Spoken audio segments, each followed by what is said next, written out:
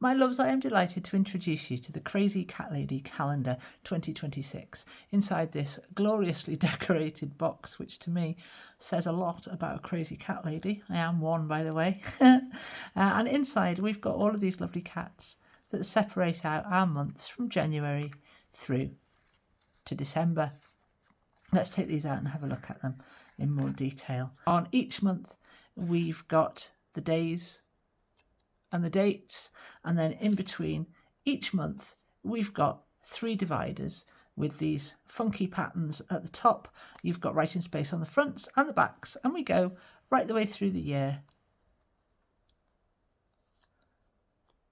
in that vein. I've also got other Crazy Cat Lady paraphernalia. We've got a book nook and we've got a lovely pop-up folio as well, and there is a dog calendar in the same style as this. So if you're coming to this video from the dog calendar, follow it in exactly the same way. It's the same design but with dogs on. Right, come with me and let's see how this lovely thing is made. Here we go then. I've got all my bits and bobs cut out. I've got all my cat cards, I've put those in order. I've got all the little in-betweeners, and I've also got my box and the bits and bobs here. Now I'm printing on 250 gram and I'm not reverse printing. If you want to reverse print, by all means, reverse print these sheets and reverse print these sheets. You don't need to reverse print the box, but I'm going with white. Let's start. We've got the box to construct, and we've got these 2 little pieces here, and we're going to stick those back to back so you get a double-sided section.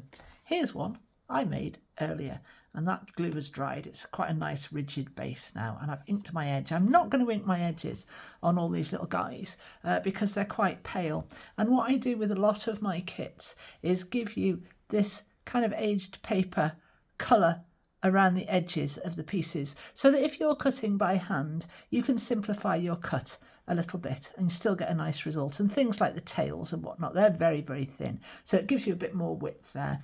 And also if you're cutting with a cutting machine such as a Cricut, then it just gives you a nice simplified cut again, and everything's not too thin, and your Cricut isn't going trying to get around all the little hairs, which makes a nonsense of these detailed little bits. So there we go, there's all of those. Let's get on to our box. Now we've got some scoring to do on our box. We've got these tabs down both sides, then we've got a line to follow down here. You can see on your printable where that is. I think it'll probably pick it up on the video as well. We'll turn it over and we'll do the other side in exactly the same way. So we've got that one and that one. We'll turn it sideways. We've then got to follow where the stripe meets the green. Make that score straight across. Then we've got across these 2 tabs there, you can see a line there. We've got another line about 1 inch further along there, and then we're coming back to the green and the stripe, so you can score those there. And now we can get folding. I'm going to begin by folding inwards. We don't need to reverse print this box because you're not actually going to see any of it, because it kind of gets doubled up for nice rigidity and gives us some nice edges. We've got these 2 pieces here to fold up. We're going to snip into there in a minute. We're going to fold this piece inwards. Doesn't matter if you go the other way around at first, just get them folded, turn those creases into folds. You can reverse them without any problems at all. Right, so this is the form here. We've got the base, we've got the 2 sides which double round on each other, so you can see we've got this double thickness now, and we've got these 2 side pieces to deal with. With those you can either use a pair of scissors or a craft knife. I'm going to go in with a craft knife and a ruler and line my ruler up with this line here and I'm going to snip down from where the stripe meets the green all the way down there, and the same on the other side. And I always like to save the main body of my work with my ruler in case I slip, so that's why I'm doing it this way around. Oh, I'm cutting my ruler as well, and just cut down to where the green meets the stripe. There we go. So that's that done. Let's glue. These pieces are going to fold down behind like this, and we're going to make this kind of box form. So I think it makes sense to glue down our two end sections first of all. So let's make that happen. We're going to glue all over the end sections.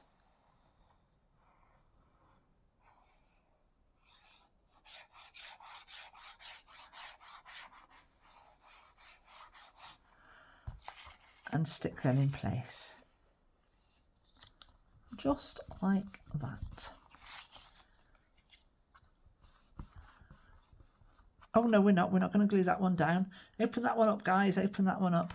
We're going to form this first. Right, we're only going to glue down the side that's got the tabs on it, okay? I'm going to make sure that we folded these over. Then we're going to glue this whole section here on both sides.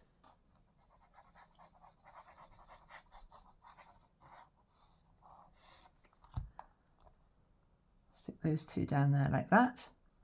It's important to make that slit, even though it looks as though we could just fold that there, and we can, but when you've got that much thickness of card, it just tends to make a bit of a not such a nice fold. We're going to get a nice clean fold there without any problems by slitting that space there. Just reposition those. That's nice. That's nice. Right, now we're going to glue these two tabs to this section here. So we're making a box. Do you see? So you want to be gluing the inside of these tabs.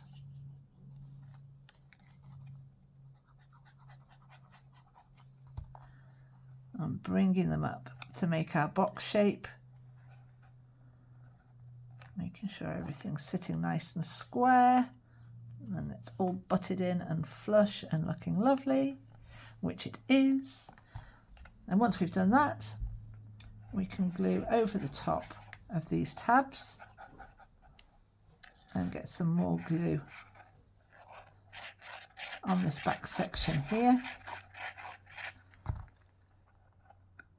and glue this whole thing down, tucking everything in and making sure it's all nice. I am going to be inking the edges here. I'm not going to ink the edge of my cats because they're quite delicate and small, but I am going to ink just to cover up that little white bit there, and that can also be the back of my box, and then I can stick that onto my base.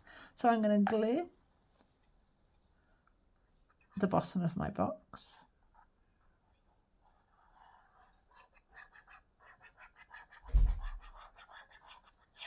like that.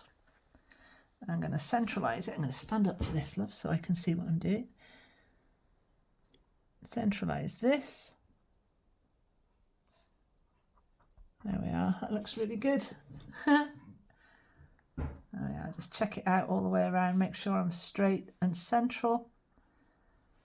And there we have it. That's going to be my back. I'm going to ink those parts. And that is my box. And that, my loves, is really pretty much it, because once I've let that dry, I'm going to pop my cats in and stick my label on the front, and we're done. There we are. So there's my box complete. It looks really nice, feels quite rigid, and I've inked my edges to lose that little white corner. Looks great. So if you print out 2 sets of these, you get 3 dividers in between each cat. And that gives you a nice little bit of layered effect, gives you a bit of depth there in between the cats. So let's go with, carry on going with me 3s. I'll run out, obviously. They look so good. 1, 2, 3. And you can use these pages, obviously, to write down anything you want to know and remember. Nice little one for birthdays, this, and special dates. So there's my 3 again. Looking really nice. And here's my final 3 to take me through to July. Obviously, I need another set to get me through the rest of the year.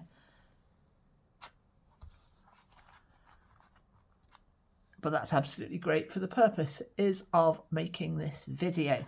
And I can pop those in. They're all designed to fit. You've got plenty of room there for your other set of dividers. And that's what they look like when they're all in there. January, February, March, April, May, June, right through to the end of the year. There we go, guys. We've got our little words to stick on the front. So you can decide where you want to put those. Crazy Cat Lady calendar 2026. Let's pop those on. I like those in the centre there. You can mess about with that. If you've got the Crazy Cat Lady others, there's a lovely pop-up kind of card folio and a Crazy Cat Lady book nook as well. They'd make quite an awesome gift. The patterns all match. And there's also a freebie went out in my Facebook group, which was little cards and envelopes that use these same patterns. I think they're absolutely glorious together. So you can collect the lot. You could make the whole series for you, either yourself if you're a Crazy Cat Lady or your Crazy Cat Lady friends. Make really lovely gifts. We're getting ready to start our Christmas crafting now, aren't we? Getting our gifting ideas sorted out. I'll be bringing you some nice bits and bobs for that as we go forwards. And there we are, my Crazy Cat Lady calendar 2026 is almost complete. I just need to print out some more dividers there. There we are. I hope you love it. I hope it's well received. I hope you use it and display it yourself and you gift it and all those different things. Have lots and lots of fun, my loves. I will see you next time.